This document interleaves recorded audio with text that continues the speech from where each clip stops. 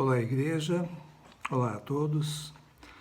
Nós temos vários temas importantes e profundos a tratar ainda daqui para frente, mas eu senti que a gente precisava recuar um pouquinho e falar sobre uma coisa que também é importante, falar sobre a palavra, sobre a Bíblia. Pode ser que alguns de nós aí ainda duvide de alguma coisa que esteja na palavra. Será que isso acontece? Ou que não goste de algum trecho da palavra. Por exemplo, eu não gosto do Antigo Testamento, eu gosto só do Novo Testamento. Por que ocorre isso? Será que é porque eu não entendo? Há muitos livros que explicam a Bíblia. E há também os irmãos que estão à nossa frente, né? Que podem nos ajudar.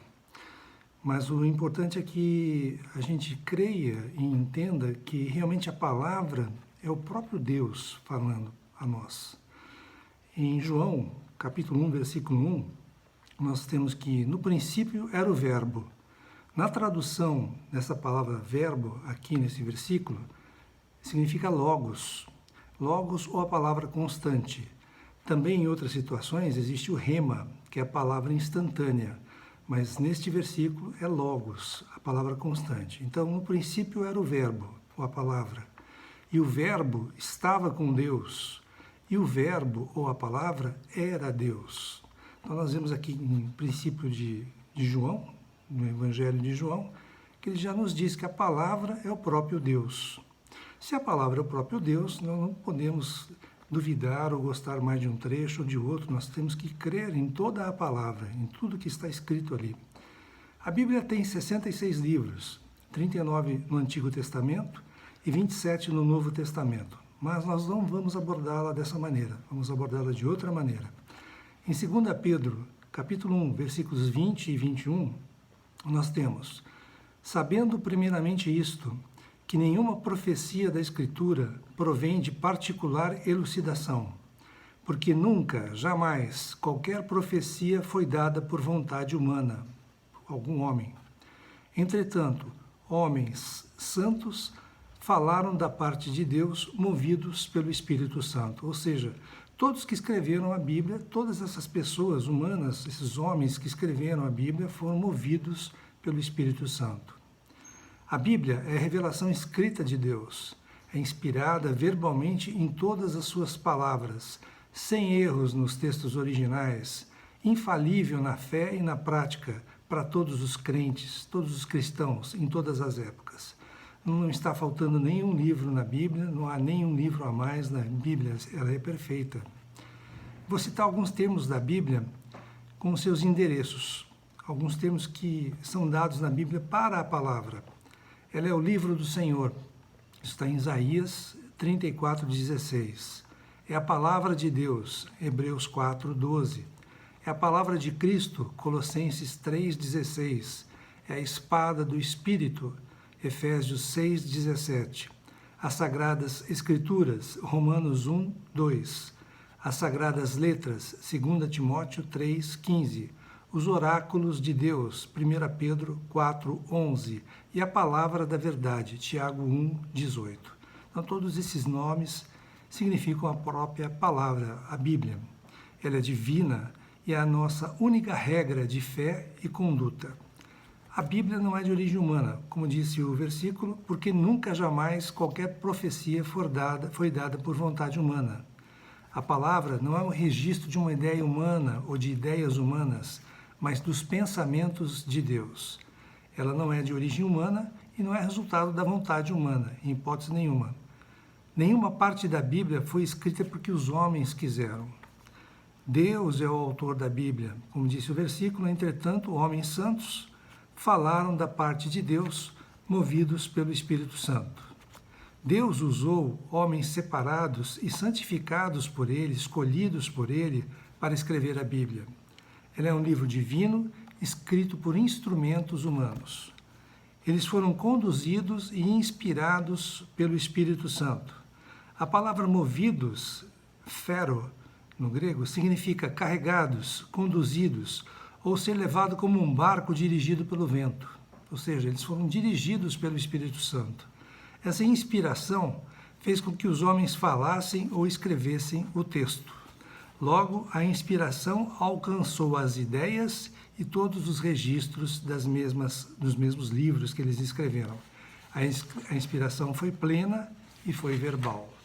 Hebreus 4,12 nos diz, porque a palavra de Deus é viva, ou seja, contém a vida divina, e eficaz, e mais cortante do que qualquer espada de 2 gumes, e penetra até o ponto de dividir alma e espírito, juntas e medulas. Juntas e medulas aqui quer dizer o corpo, ou seja, a alma, o espírito e o corpo. E além disso, é apta para discernir os pensamentos e propósitos do coração. Então ela consegue definir, consegue dissecar a alma, o espírito, o corpo e o coração, que é a consciência mais a alma. A palavra de Deus é a mais poderosa fonte de encorajamento. Ela é poderosa para fortalecer a nossa fé e estimular o zelo espiritual. Vamos ver aqui 7 qualidades da palavra. Ela é divina, é a palavra de Deus, sua origem é divina, sua natureza é sobrenatural, ela é fonte de vida, ela é viva, possui vida em si mesma e produz viva aonde ela for, aonde ela chega. Jamais poderá ser destruída. Ela é eficaz, ela é produtiva, eficiente naquilo que se propõe, útil em todos os propósitos de convencer, de educar, julgar e consolar. Ela é cortante, ela corta como uma espada de 2 gumes, ou seja, perscruta a todos que nela tocam.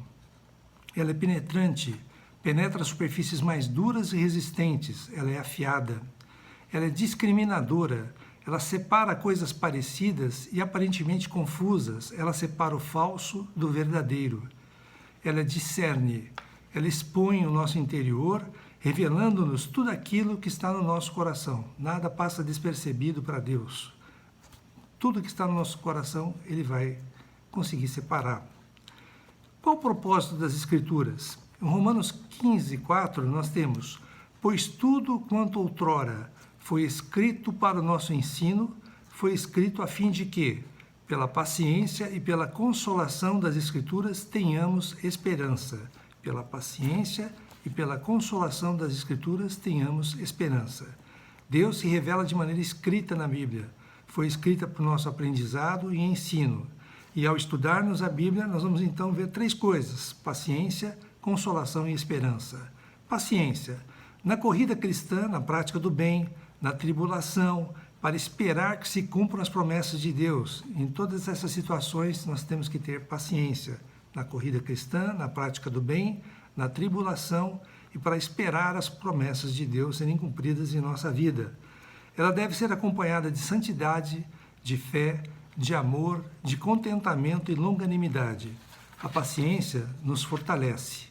A consolação do grego paraklesis, significa ânimo, conforto e exortação, ou ensino que encoraja. A Bíblia nos traz um conforto sobrenatural e divino. O Consolador, o Espírito, consola o crente aflito pela palavra. Então, sempre que estivermos aflito, a palavra nos traz consolação. Também nos traz esperança. Esperança de elpis, do grego, significa nutrir expectativa por algo, normalmente com prazer. Ela é boa, ela é viva, ela é certa ou firme, alegre e abençoada. Tudo isso a palavra é. Ela não decepciona e triunfa nas dificuldades. Os seus alvos principais são a salvação, a ressurreição e a vida eterna. Então, os alvos principais da palavra são a salvação, a ressurreição e a vida eterna. Em 1 Reis 2:3, nós temos: guarda os preceitos do Senhor, teu Deus, para andares nos seus caminhos, para guardares os seus estatutos e os seus mandamentos, e os seus juízos, e os seus testemunhos, como está escrito na lei de Moisés, na palavra, para que prosperes em tudo quanto fizeres e por onde quer que fores. Para que prosperes em tudo quanto fizeres e por onde quer que fores. A Bíblia é a semente que produz a nossa salvação, útil para o ensino, indispensável para a nossa santificação, para a salvação da nossa alma. Guarda os preceitos do Senhor, como disse o versículo. Isso significa obedeça às orientações e os princípios divinos para o caráter e a conduta. Estes preceitos que estão na Bíblia nos mostram um caminho verdadeiro que devemos seguir.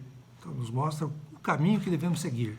Eles são retos e alegram o coração daqueles que o guardam.